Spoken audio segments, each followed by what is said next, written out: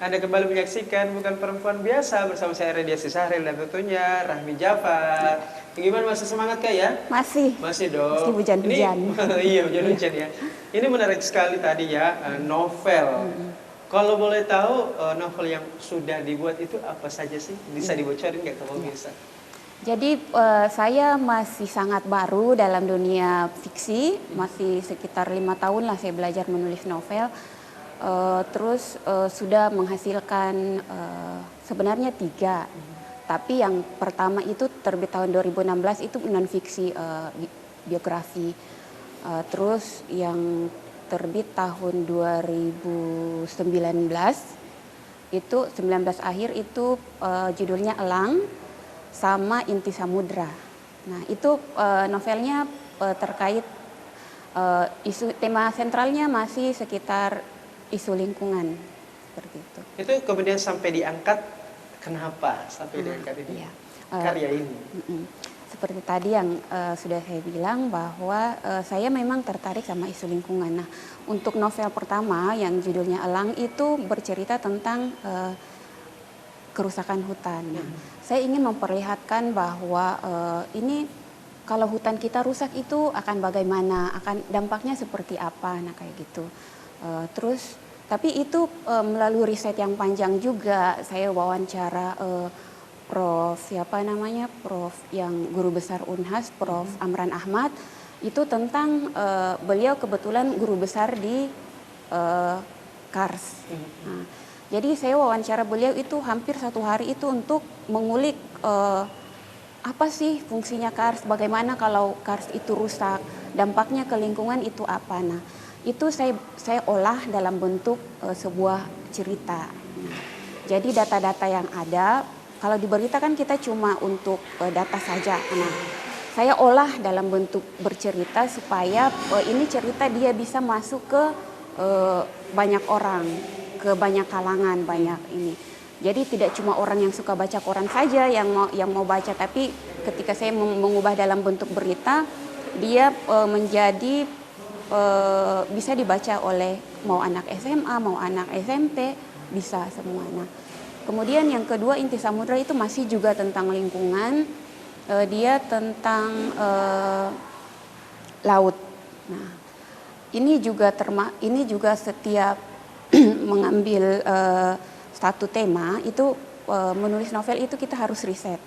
Nah, novel yang kedua ini sebenarnya sangat berat. Maksudnya kenapa saya anggap berat, karena saya mengangkat tema laut sementara saya adalah orang yang pernah mengalami post traumatic disorder. Jadi saya punya trauma sama laut itu waktu masih kecil. Jadi saya tidak tahu, saya hampir mati gara-gara belajar berenang waktu kecil.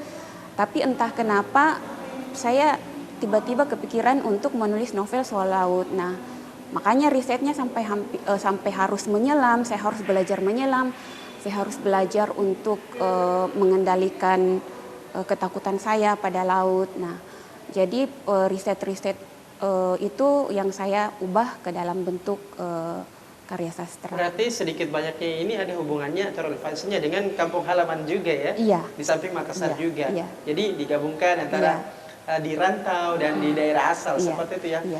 Terus untuk proses penggarapannya ini seperti apa? Ya, proses penggarapan itu saya karena entah karena saya masih baru atau apa, cuma agak berat menulis novel itu. Jadi kalau riset itu bisa memakan waktu sampai beberapa bulan. Nah, kemudian setelah riset kita harus buat mind mapping, peta cerita itu agar peta cerita itu dia seperti kompas. Jadi kalau kita kayak jalan terus kalau tidak ada mind mapping kita akan jadi kayak jalan tanpa tujuan. Ya, betul. Kita kalau menulis itu pikiran kita akan kemana-mana. Ketika di depan laptop itu kita sudah akan pikiran kita akan semakin ditempa oleh ide-ide. Makanya harus dibutuhkan peta cerita. Jadi membuat peta cerita sendiri juga sangat berat. Ya, jadi Oke, kita akan lanjutkan. Ya, pemirsa jangan kemana-mana, tetaplah bersama kami di Bukan Perempuan Biasa. Stay tune, hanya di Net TV Swasta.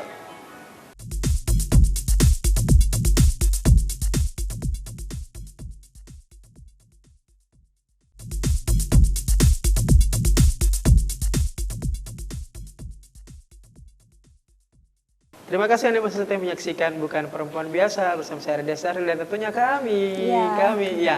Nah, dengar-dengar nih kami sudah jadi jurnalis, kemudian penulis. Ternyata kami ini juga seorang petualang, kan? Iya. Itu petualang apa nih? Seperti apa mungkin bisa dijelaskan ke pemirsa? Jadi sebenarnya ini ada kaitannya juga dengan menulis sih sebenarnya. Jadi saya terinspirasi awal menulis novel itu tahun 2014. Itu saya sama salah satu sahabat saya almarhum Herman itu dengan beberapa teman Mapala Umi kita ke Gunung Bawakaraeng. Saya sebelumnya bukan pendaki gunung, saya hanya senang ke alam, tapi mendaki gunung itu belum pernah. Nah, saya diajak ke sana lah. Nah, jadi saat di sana saya mulai tertarik, wah kayaknya ini bisa dibuat dalam bentuk novel. Nah, setelah itu saya mulai mencoba menulis tentang isu-isu alam, isu lingkungan. Kemudian jadilah novel Elang.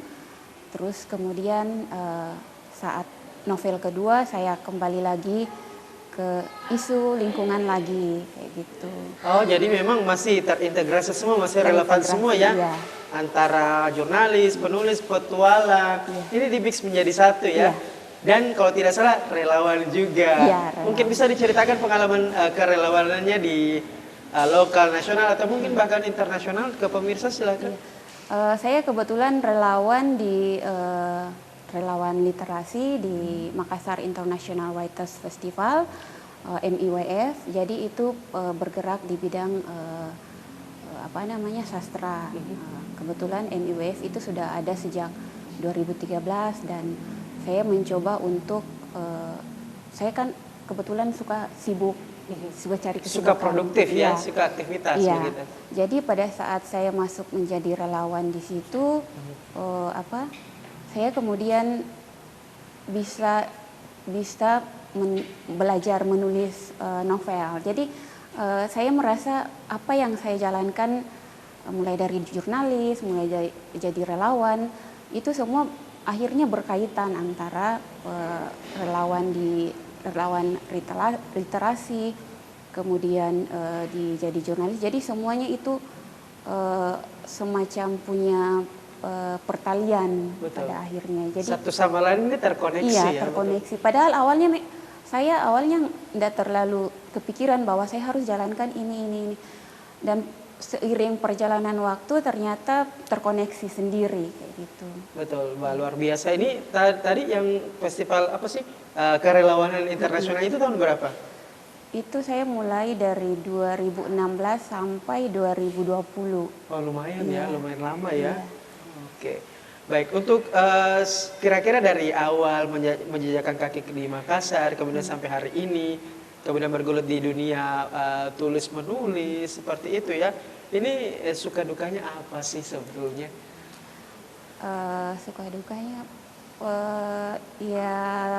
ya seperti hidup lah, suka duka itu selalu ada. Jadi kalau suka dukanya itu mungkin karena jauh dari keluarga. Betul. Nah, terus tapi dengan cara begitu saya belajar untuk lebih dewasa, lebih bertanggung jawab sama hidup saya, terus lebih mencari teman yang lebih banyak kayak gitu. Kalau untuk pengalaman yang tak terlupakan itu ada nggak? Pengalaman yang sebenarnya yang tak terlupakan banyak, tapi yang paling tak terlupakan adalah menulis novel. Jadi ada dua. Jadi saat pertama saya sampai waktu riset novel kedua saya itu saya sampai menyelam dan sempat menangis di dalam laut. Karena padahal awalnya fobia ya? Iya, awalnya saya tiba-tiba menangis, itu trauma saya kambuh dan saya berpikir wah sebentar lagi saya sudah akan mati di sini di dalam laut. Betul. Nah, tapi karena teman saya itu Yogo dia eh, pernah mungkin berpengalaman menangani orang yang trauma, dia mencoba untuk menenangkan. Jadi lama kelamaan sekitar 3 tahun itu saya akhirnya bisa mengobati trauma itu. Terus yang kedua, saya sempat pernah kehilangan data draft final itu, sampai akhirnya saya menangis karena ini draft yang sudah, 2 novel saya yang sudah siap terbit hilang termakan virus waktu itu. Wah, sayang sekali ya. Iya. Tapi ini luar biasa. Tapi kita akan kembali ya. Kita akan lanjutkan obrolan kita ini. Pemirsa jangan kemana, tetaplah bersama kami di Bukan Perempuan Biasa.